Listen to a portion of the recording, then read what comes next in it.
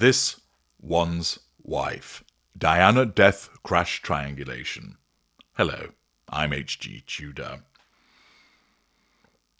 I often explain to you that whenever a narcissist is interacting with another human being or has a potential interaction with another human being, it is a manipulation. This is because what the narcissist does isn't for the reasons that you think it is, but it is about the pursuit of the prime aims. Accordingly, when they compliment you, it isn't because they genuinely think that you look good.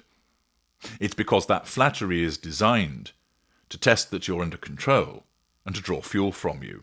And, if the compliment is witnessed by a number of people, to perhaps manage a facade also. There are lots of different manipulations that the narcissist engages in. The vast majority of narcissists don't know what they are. They're unaware, and they don't realize that they are manipulative. Indeed. If you were to suggest to that narcissist that they are manipulative, they would react with horror. No, I'm not. They simply don't see it. This One's Wife, naturally, continues to manipulate. And we have another instance of it, as reported by Beth Hale in the Daily Mail, who explains, a solo visit to the French capital by this One's Wife was always going to be redolent of another woman, another time. Just the very presence of this One's Wife in Paris, flash bulbs popping, her monochrome elegance, and that dazzling diamond engagement ring, crafted using gems from the jewellery collection of the mother-in-law she never knew, was enough. But then, ever the influencer, this One's Wife went further.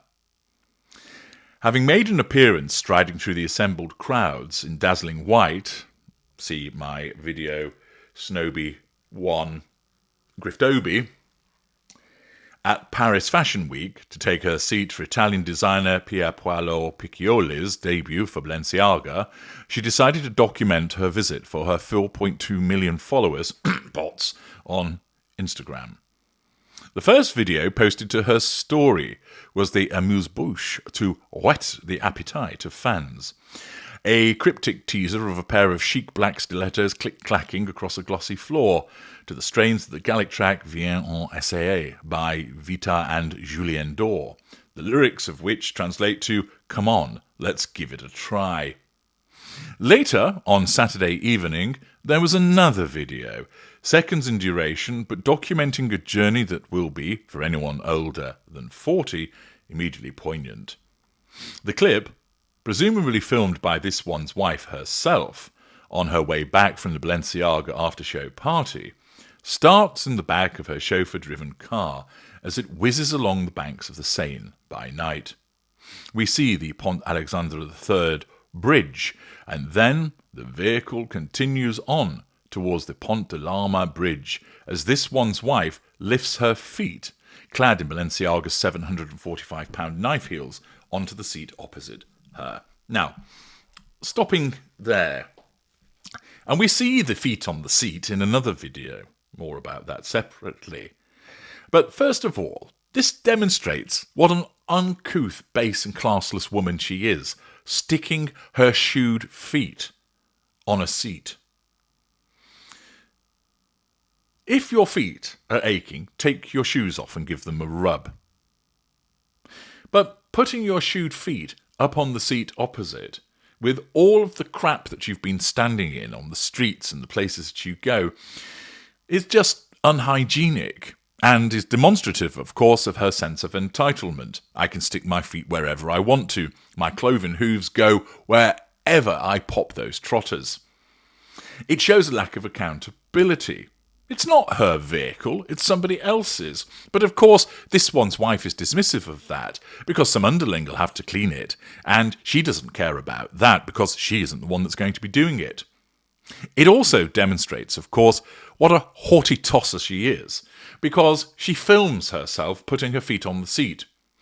A more sophisticated narcissist wouldn't put their feet on the seat to begin with, and even if they did, they would have the awareness, with regard to facade management, not to film themselves doing it because of how it makes them look. But not this crass wannabe. She puts her feet on the seat and then films it because she thinks she's clever. Continuing, with the article.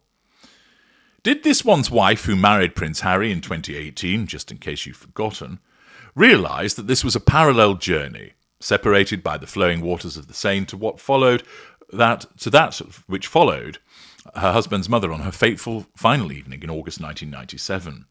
That journey, of course, ended in tragedy when the car Diana, Princess of Wales, was travelling in, smashed into a pillar in the Pont de l'Arme tunnel.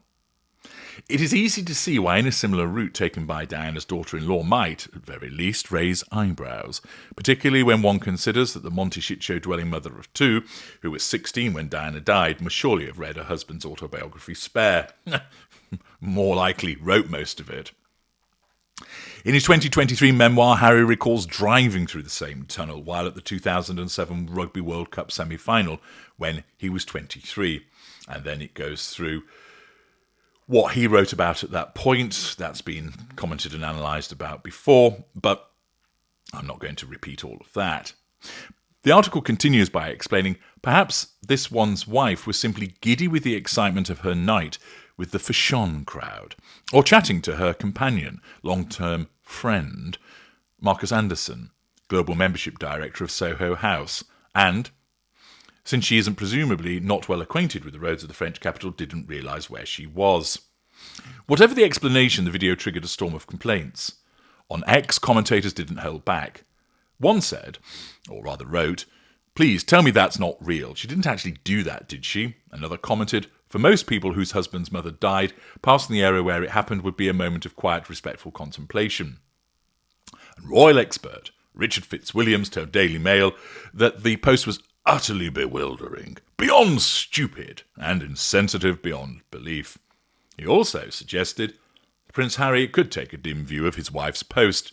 "I don't understand what on earth she was thinking." Well, she can't have been thinking to share a video which had any connections with the tragic death of the Princess of Wales defies belief.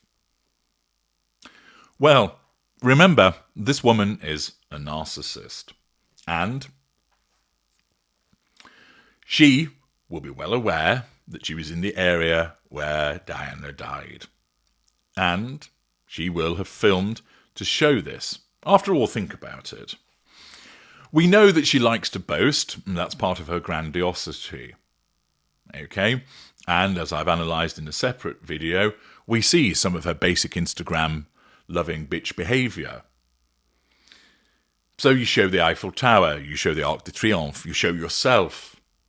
And then you decide, I'll film the interior of a vehicle with my feet on a seat and the view from the window at night. There isn't a huge amount to see, is there?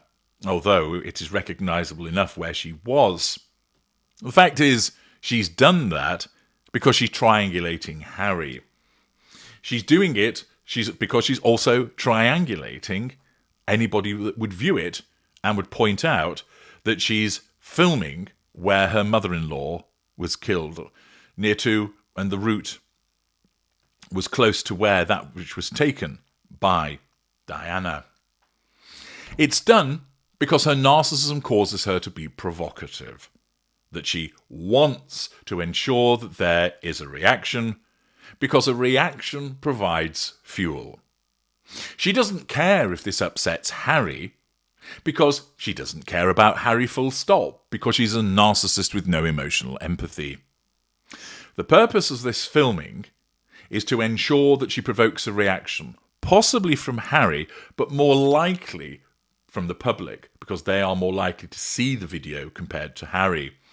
And the idea is that she would cause people to comment, to react, because that is what the narcissist craves, because it's linked to the provision of that all-important fuel.